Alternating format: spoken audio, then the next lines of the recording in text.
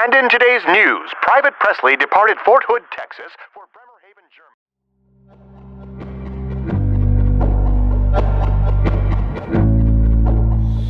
Germany. Namaste everyone, I am Anup from Nepal.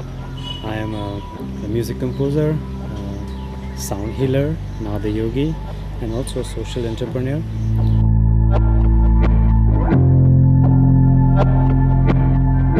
Music has always played a very important role in my life, and it got even richer when I incorporated singing bowls in my playing, in my compositions. And this is how I was introduced also to this different dimension of sound healings through the singing bowls. And as the time went by, I was also going through pretty tough times in my life, and sound healing has helped me so much in regaining my strength back, my inertia back. And so I started this movement 10 years ago, and I really want the people from around the world to join this movement, where it is not just confined to one kind of sound originating from singing bowls. Rather, everything that your culture has been nurturing for thousands of years, you can use that. And I'm really looking very forward for the people to come and learn this ancient science of sound healing. Heal yourself.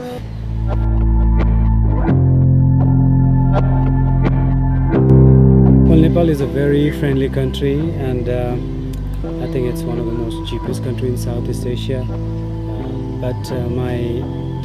If I have to give you one tip, that would be try to mingle around with the local people. They would love to show you around, and it is very cheap because you don't have to go to get TIMS or permit, which is pretty much expensive.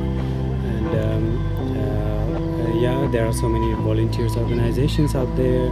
They're inviting the youth community from around the world. You can go and see how the Nepalese live their daily lives, and there are various permaculture projects coming up.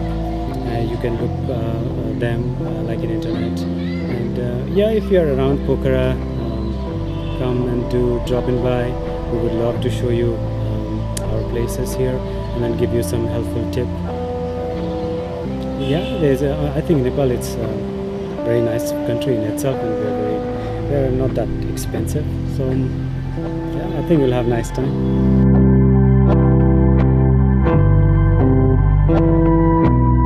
There was an incident that happened with me during the earthquake.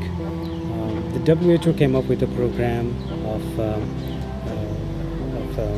training volunteers who could go to the villages and teach people about de-stressing them.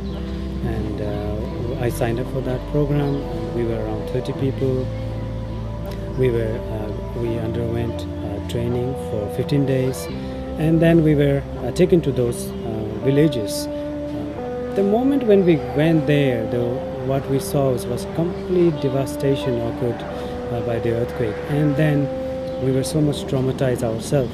And but then when we saw these local people with smiling faces and inviting us to their house and for dinner and for lunch, and not a single stress in their face, and then we were so stunned, and we were thinking, what are we going to teach them? So I think this is what is the best lessons I learned from my experience as a traveler. And we always have this pre-assumption mindset that is going to happen when you go to this place, to certain place. But then the experience that you get with the local people is something beyond you can put into words.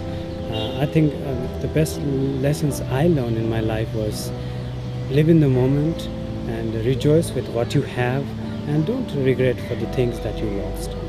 This is not going to make you happy. So just live in the moment and be happy with whatever you have, and travel.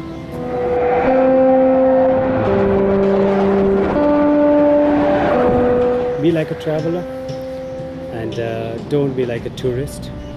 Don't stay in luxury places. With that much amount of money, you can visit more places and you can have more fun.